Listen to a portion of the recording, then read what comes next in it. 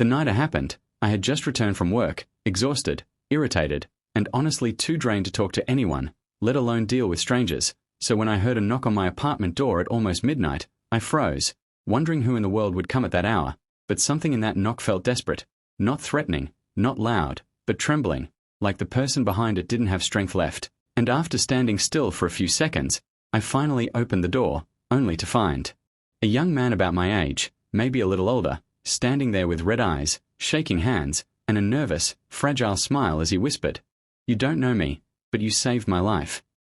I stared at him blankly, because I had never seen him before, not even in passing, and before I could ask anything, he suddenly pulled a folded letter from his pocket and held it out like it was something sacred, something that had brought him across the entire city just to stand at my door. I didn't touch it at first, I mean who would, but he insisted, voice cracking, "Please read it, it's yours."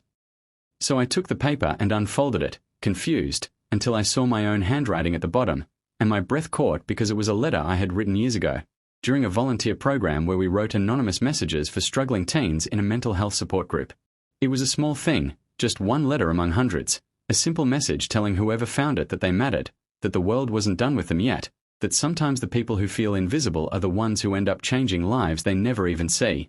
I remember writing it quickly, thinking it wouldn't even reach anyone specific, and yet here he was, this stranger, telling me it had saved him. He stepped inside hesitantly when I asked, and he explained everything. How he had been living alone, battling depression for years, how he had tried everything to feel normal but nothing worked, and how one night, his lowest night, he had gone to that support center because he had nowhere else left to go, and they handed him my letter from a box of hundreds, letters written by volunteers like me, but he told me something I didn't expect. I kept that letter in my wallet for 3 years. Every time I felt like disappearing, I read it again. Hearing that made my chest heavy in a way I can't explain, because I never realized anything I wrote had impacted anyone, let alone saved someone's life. But then he told me the real reason he was at my door. Last week, he had been in a really dark place again and felt close to giving up, and his wallet had gotten stolen that same day, meaning he lost the letter too, and that loss pushed him over the edge. So he went back to the center to find another letter, but they had shut down during funding cuts, and all the letters were gone, so he spent 4 days trying to track down the volunteer who wrote his original one, searching through old files until he found a list of first names and initials, and somehow, miraculously, he matched the signature on his lost letter to my name, and then searched social media until he figured out which building I lived in. He said he didn't want anything from me, no help, no money, nothing. He just needed to tell me face to face that what I wrote saved him more than once, so he wouldn't spend the rest of his life wondering if he had ever thanked the person who gave him hope when no one else did. I didn't know what to say. My throat was tight, my eyes burning, because I had spent so many months feeling like my own life had no direction, no purpose, and hearing that I had unknowingly saved someone, it changed something inside me.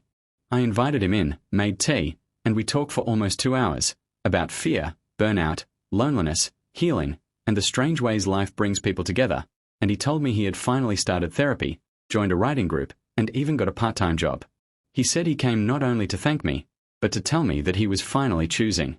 to live. When he stood to leave, he asked if he could hug me, and that hug felt like something heavy and beautiful passing between two strangers who were no longer strangers. He left with a lighter step than when he arrived, and when I closed the door, I sat on the floor and cried, not out of sadness, but out of gratitude, because for the first time in years, I realized that even small kindness echoes longer than we ever imagine. And though I had written that letter for a nameless stranger, life brought him right back to my door to remind me that the world still has quiet miracles hidden in unexpected knocks at midnight.